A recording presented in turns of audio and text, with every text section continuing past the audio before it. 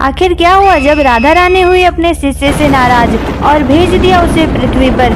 दोस्तों, गोलोक धाम में श्री किशोरी जी को मणि को एक पिंजरा है। उस मणि के पिंजरे में एक सुख पंछी रहता है। वह सुख पंछी क्या करता है? किशोरी जी बोले श्याम तो बोले श्याम, बोलो हरि तो कहे हरि, बोलो माधव तो कहे माधव। श्यामा जो बोली अब यही को दोहराते रहे। वह सुख पंछी दिन रात किशोरी जी को ठाकुर जी के नाम का कीर्तन सुनाता रहता। कृष्ण, गोपाल, माधव, मधुसूदन और जो नाम बोले वो स्वरूप किशोरी जी के भाव में प्रकट है जाए। गोविंद जैसे ही कहे तो गयान के मध्य में कन्हैया खड़े हैं, किशोरी जी को दर्शन है जाए।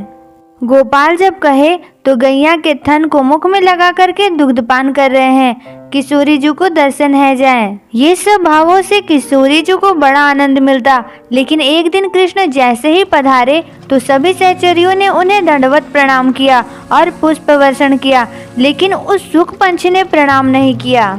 ठाकुर जी जब चले गए तब किशोरी जी उस सुख पंछी से पूछती है, तेने कन्हैया पधारे उनको प्रणाम क्यों न कियो?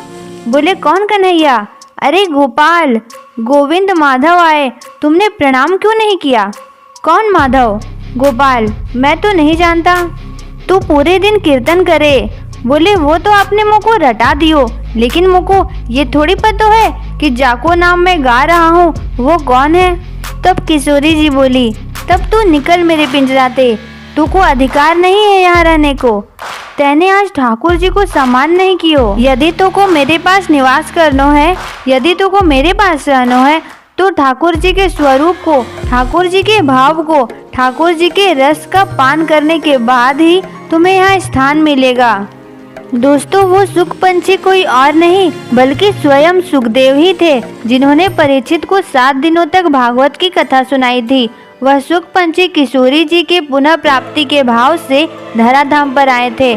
शिवजी से अमर कथा यानी ये भागवत की कथा श्रवण की और अपनी माँ के गर्भ में 12 साल तक रहे और वहाँ से प्रस्थान करने के बाद श्री वेदव्यास से भागवत का 2 बार अध्ययन किया।